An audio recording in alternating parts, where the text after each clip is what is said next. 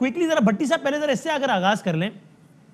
Prime minister Pakistan आज पहुंचे, पेशावर पहुंचे, जलसे से खिताब किया। 19 दिसंबर को वहां पे बल्दियाती इलेक्शन हो रहा है। एक इदारा है, हम जब इदारों के एहतराम की बात करते हैं तो हर इदारे का ही एहतराम होता है ना, मैं तो नहीं कहता कि यार इस इदारे का एहतराम करो बाकी इसकी खैर है।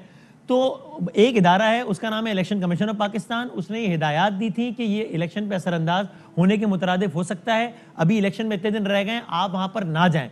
और हुकूमत वक्त खुद प्राइम मिनिस्टर के सरबराह हैं, वो जाते हैं कि भाई करते हैं जलसा। इससे पहले भी हमें याद है कौन सा इलेक्शन हो रहा था वो, कि जिसमें इलेक्शन कमीशन ने कहा अली अमीन गंडापुर को निकल जाने का हुक्म दिया, प्राइम मिनिस्टर ने अगले दिन जलसा किया, अली अमीन गंडापुर को साथ बिठाया कि जाओ भाई, नहीं मानते बात। तो ये तो फिर इदारों, गिल के बल्तिस्तान वाले, तो ये तो फिर इदारों का एहतराम फिर किधर गया? मतलब ये तो फिर ये क्या बात हुई? बिस्मिल्लाहिर्रहमानिर्रहीम। फतामी साहब, आपको किसने कहा हमारे सियासतदान अदारों का एहतराम करते हैं? ये आपको बड़ी मासूमाना सा सवाल लगा है आपको। अदारों को कुचल के, कानून को कुचल के उस पर इम्प्लीमेंट करते हैं। जब अपोजिशन में हो फिर इस किस्म की गुफ्तगू करते हैं। मुझे बताएं, आपने खुद ही मिसाल दे दी कश्मीर के इलेक्शन में। अली अमीन गंडापुर साहब ने की क्या गुफ्तगू नहीं की जी। 10 दफा वार्निंग दिया, डीसी को ऑर्डर किया। उन्होंने डीसी को और कानून को और आईनी अदारा इलेक्शन कमीशन को जूते की नोक पे फेंक के वो मारा। उनके खिलाफ कोई कार्रवाई नहीं हो सकी। तो पाकिस्तान में ये तवक्को ना रखे कि किसी ताकतवर के खिलाफ कोई अदारा कार्रवाई कर सके। इलेक्शन अगर इस गवर्नमेंट से भी तवक्को ना रखें, चूंकि माजी के तो मसाइल थे ना, खानदानी सियासत, जागीरदार सियासत, फला फला। अब ये तो गवर्नमेंट कहकर ही आई थी कि जनाब वो चोर है, वो डकैत है, इदारों का एहतराम नहीं करते, इदारों पर असरअंदाज हो जाते हैं, बदमाशी करते हैं, हम करेंगे इदारों का एहतराम। उसके बाद भी अगर ये हालत, बस फिर से फातिहा पढ़ लेना।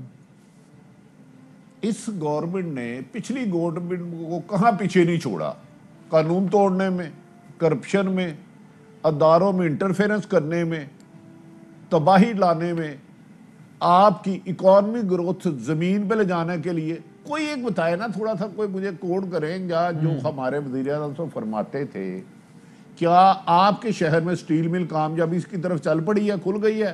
वावड़ा कामयाबी की तरफ हो गया है? गैस की कमी शॉर्ट हो गई है? क्या अदारों में मेरिट पे तैनातियां होने लग पड़ी हैं? जिस मुल्क में 7 सेक्रेटरी पंजाब जैसे सूबे में लग जाएं और जब 4 बंदों का पैनल जाए तो अहम तरीन मुल्क की शख्सियत कहे ये तो बड़ा ऑनेस्ट आदमी है, तो ये तो मेरे बंदों के काम ही नहीं करेगा और ये कॉम्पिटेंट है, और उसकी तैनाती ना हो और उसी पैनल में जूनियर तरीन बंदे को लगा दिया जाए, तो लिहाजा देखिए ताकतवरों के लिए कानून नहीं होता। हाँ, ये अगर अपोजिशन होती तो यकीनन उन सबको पकड़ लेना चाहिए था, नैब को भी पहुंच जाना चाहिए था, सब कुछ हो जाना चाहिए था। ये ख्वाहिश छोड़ दे।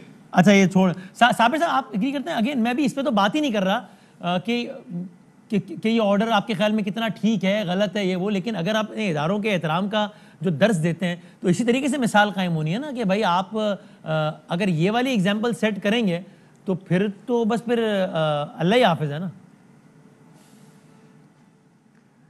देखिए, ये बदामी इसमें हमारे कुछ कवानीन भी ऐसे हैं कि जो काबिल अमल हैं ही नहीं और उनको बनाया हुआ है।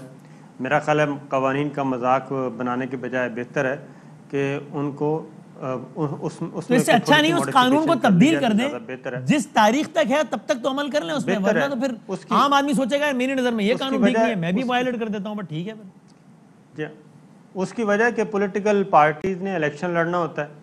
अब अगर कोई भी इलेक्शन ले लें, खा वो मुस्लिम लीग नवाज की गवर्नमेंट हो, पीपल्स पार्टी की हो या PTI की हो, उसमें वो कहते हैं जी कि पॉलिटिकल लोग नहीं जा सकते। अब वही पार्टी अहदेदार होते हैं, वही पॉलिटिकल लीडर होते हैं, वही प्राइम मिनिस्टर हैं, वही मिनिस्टर्स हैं।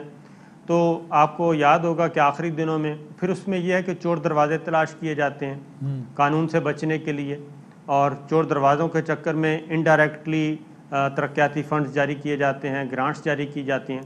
तो उससे बेहतर है कि बजाय इसके कि कानून का मजाक उड़ाए, जैसे बिल्कुल इंतखाबात के अखराजात हैं, इंतखाबी अखराजात 15 लाख है, पता नहीं कितना है, हर किसी बच्चे को पता है कि उन इलेक्शन में तो मेरा ख्याल है कि भट्टी साहब जाके 5 आदमियों को खाना नहीं खिला सकते किसी 5 स्टार होटल में जो कि खर्चा रखा हुआ है, और आपकी खातर मदारत नहीं कर सकते, मदर अब्बास साहब को एंटरटेन नहीं कर सकते। अगर भट्टी साहब को कहा जाए कि उतने पैसों में आप सूबाई असम्बली या कौमी असम्बली का इलेक्शन लड़े तो वो कैसे लड़ेंगे?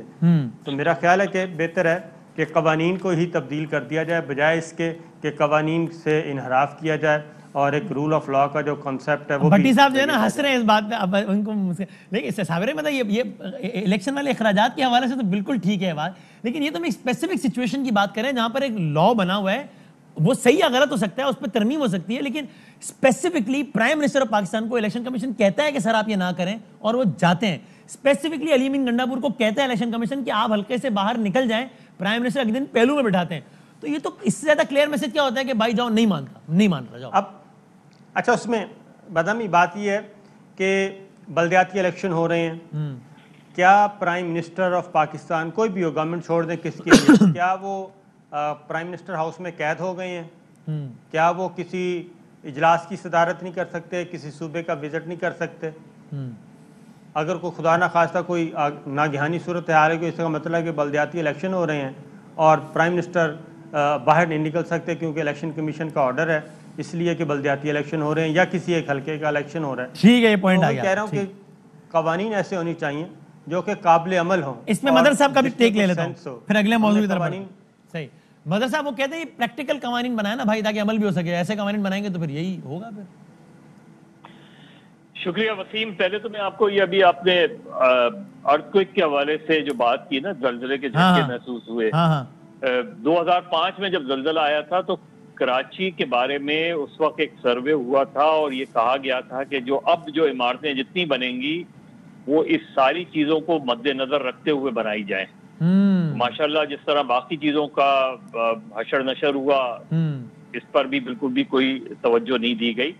इसलिए अगर आज के 10 साल बाद जिस तरह वो कह रहे हैं खुदा न खास्ता ज्यादा मैग्नीट्यूड का वो आया, तो ये यकीन जाने कि कुछ नहीं बचेगा, अल्लाह ना करे सब महफूज रहे। लेकिन जिस तरह की सूरत हाल है उसमें बिल्डिंग, कोई एक बिल्डिंग उसके बाद 2005 के बाद ये नहीं क्लेम कर सकता कि उसने इन सारी चीजों को मद्देनजर रखते हुए वो बिल्डिंग बनाई है।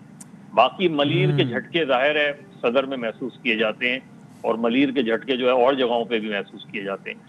लेकिन जहां तक आपके सवाल का जवाब है, देखिए प्रॉब्लम यह है कि सियासी जमातें जब हुकूमत में आती हैं तो इनके अपने मंशूर में मौजूद होती हैं ये चीजें कि पॉलिटिकल पार्टी और गवर्नमेंट अलग अलग होंगी। गवर्नमेंट जो है, गवर्नमेंट के अगर प्राइम मिनिस्टर के पास या ये प्राइम मिनिस्टर हो, कोई भी प्राइम मिनिस्टर हो, उनके पास अगर पार्टी ओहदा है तो उन्हें वो पार्टी ओहदा सरेंडर कर देना चाहिए, ताकि इस वक्त अगर कोई और चेयरमैन हो पार्टी का तो वो जाके अपने उसके हल्के में कैंपेन कर सके। अच्छा। जो इलेक्शन रूल्स हैं वो सिर्फ इलेक्टेड लोगों के लिए मना है कि जो इलेक्टेड लोग हैं वो, क्योंकि आप इन्फ्लुएंस कर सकते हैं इनडायरेक्टली एंड डायरेक्टली। जिस तरह आपने कहा कि उन्होंने जाके कोई स्कीम अनाउंस कर दी, वो स्कीम किसके लिए है? लोगों के लिए है। वो लोगों के लिए है ना, वो वोटर है ना। तो इसका मतलब यह है कि आप अपने ओहदे का गलत इस्तेमाल कर रहे हैं। अभी उन्होंने पीडीएम पर भी फाइन किया ना, पीडीएम के लोगों पर, राजा परवेज अशरफ वगैरह पे फाइन किया ना इलेक्शन कमीशन ने। 133 पे। तो चीज ये है कि आप पॉलिटिकल पार्टीज ही अगर एहतराम नहीं करेंगी इस चीज का, वो रूल्स जो उन्होंने खुद बनाए हैं, इलेक्शन कमीशन ने तो ये रूल्स नहीं बनाए ना, ये सारा इलेक्शन कमीशन का स्ट्रक्चर किसने बनाया है? सही है। ये अब आप वो स्ट्रक्चर बनाएं और उसके बाद आप वायलेट करें उसी चीज को। सही है। तो अब इलेक्शन कमीशन ने अगर ऑपोजिशन को फाइन किया है तो इलेक्शन कमीशन को प्राइम मिनिस्टर को भी फाइन करना चाहिए। ओके। इसलिए और जो बड़ी मजेदार बात ये हुई कि वो फवाद चौधरी साहब और आजम चौधरी साहब ने पता नहीं क्या क्या कहा था इलेक्शन कमीशन को, फिर वहां जाके सबने तेरी माफी मांग ली सबने। असल चीज ये है कि पार्टी ओहदे और हुकूमती ओहदे अलग अलग हों तो इसका मसले का हल निकल आए। सही है। मैं ठीक है, एक ब्रेक